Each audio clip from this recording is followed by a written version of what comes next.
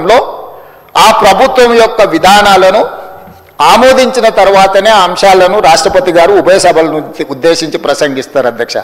రాష్ట్రపతి ప్రతినిధిగా గవర్నర్ గారు, రాష్ట్ర ప్రభుత్వాలు ముఖ్యమంత్రి గారి అధ్యక్షతన మంత్రివర్గం ఆమోదించిన అంశాలను మాత్రమే గవర్నర్ గారు ఈ సభలను ఉద్దేశించి ప్రసంగిస్తారు అధ్యక్ష.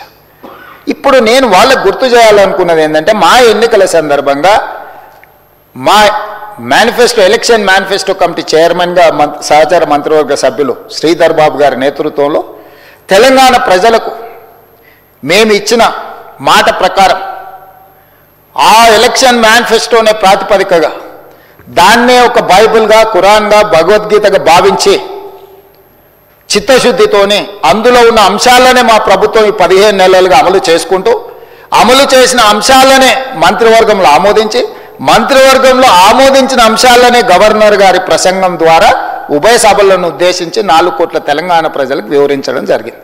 ఇప్పుడు నేను మిమ్మల్ని అడుగుతున్నా అధ్యక్ష, తమరి ద్వారా వాళ్ళని అడగదలుచుకున్న నేను, ఇది ఒక ప్రాతిపదిక, దీనికి ఒక చట్టబద్ధత ఉంది.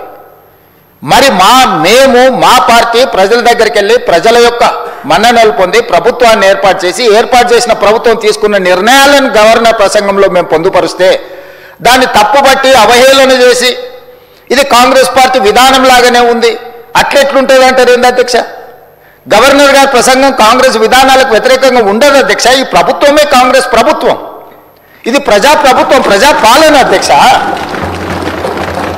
మా విధానము, మా ఆలోచనను, మేం ప్రజలకు చేసిన పనులను మాత్రమే గవర్నర్ గారి ప్రసంగంలో పొందుపరుస్తాము. ఈ మాత్రం అవగాహన లేని వాళ్ళు 10 సంవత్సరాలు మేము మంత్రులుగా పనిచేసినామని చెప్పుకోవడానికి వాళ్ళకి అర్హత ఉందా అని నేను అడుగుతున్నా అధ్యక్ష. 10 సంవత్సరాలు వాళ్ళు ప్రభుత్వం నడిపినప్పుడు ఆనాటి గవర్నర్ ప్రసంగాలు, ఆనాటి మంత్రివర్గ ఆమోదం లేకుంటేనే గవర్నర్ గారు సొంతంగా ప్రసంగించిందా అధ్యక్ష? వాళ్ళ గవర్నర్ వ్యవస్థ మీద నమ్మకం లేకపోవచ్చు, మహిళల పట్ల గౌరవం లేకపోవచ్చు, ఆనాటి గవర్నర్ గారిని వారు కించపరిచిండ్రు, అవమానపరిచిండ్రు, అసహ్యకరమైన భాషలో తిట్టిండ్రు అధ్యక్ష. ఇట్లాంటి సాంప్రదాయాలకు కాంగ్రెస్ పార్టీ వ్యతిరేకం, మా ప్రభుత్వం వ్యతిరేకం అధ్యక్ష. మేము ఇట్లాంటి తప్పులు చెయ్యం. గవర్నర్ వ్యవస్థను గౌరవించే బాధ్యత మాది. మనం రాసుకున్న రాజ్యాంగం అధ్యక్ష, ఇది మనం తెచ్చుకున్న రాజ్యాంగం అధ్యక్ష. అందుకే గవర్నర్ గారిని గౌరవించి గవర్నర్ గారి ప్రసంగాన్ని, గవర్నర్ గారి ప్రసంగంలో ఏమైనా ప్రజలకు ఇంకా మేలు చేయడానికి ఏమైనా మీరు సూచనలు చేయాలి అనుకుంటే వాటి సూచనలు చేస్తే తప్పకుండా ప్రభుత్వం బడ్జెట్లో ప్రవేశపెట్టబోయే బడ్జెట్లో ఉప ముఖ్యమంత్రి గారు ఆ అంశాలను కూడా చర్చకు తీసుకొని వాటిని అందులో పొందుపరిచి ముందుకు వెళ్తాం అధ్యక్ష.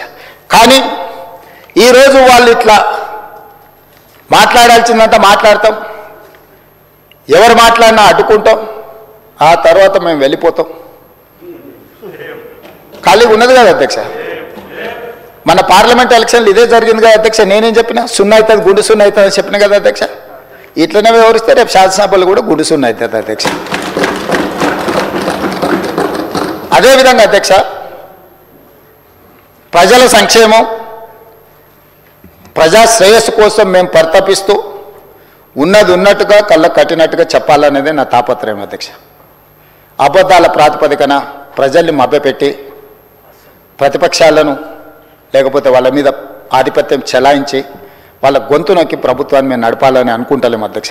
అందుకే తెలంగాణ రాష్ట్రం దేశంలోనే సమున్నతంగా అన్ని రంగాలలో నిలబెట్టాలనే తాపత్రయంలో మా మంత్రివర్గ సహచరులు, తమరు, ఈ వ్యవస్థలన్నీ కూడా, మా ప్రభుత్వ అధికారులు కూడా సంపూర్ణంగా సహకరించబట్టి చాలా విజయాలు సాధించినాం. ఇంకా సాధించాల్సినవి ఉన్నాయి. ఈ అంశాలకు సంబంధించి ఈరోజు మనం చర్చించుకుంటున్నాం.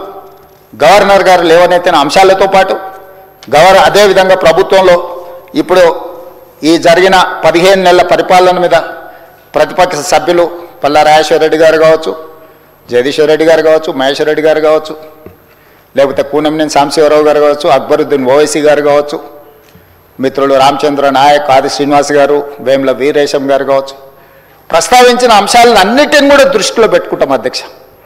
ఎందుకంటే ప్రజల శ్రేయస్సు కోసం, ప్రజలకు మేలు జరగాలన్నదే మా ఆలోచన. కాబట్టి ఎవరు ఏమాత్రం తెలంగాణ సమాజానికి ఉపయోగపడే సూచనలు చేసినా వాటన్నిటినీ తీసుకోవడానికి మాకు ఎలాంటి అభ్యంతరం లేదు అధ్యక్ష. ఈ తెలంగాణ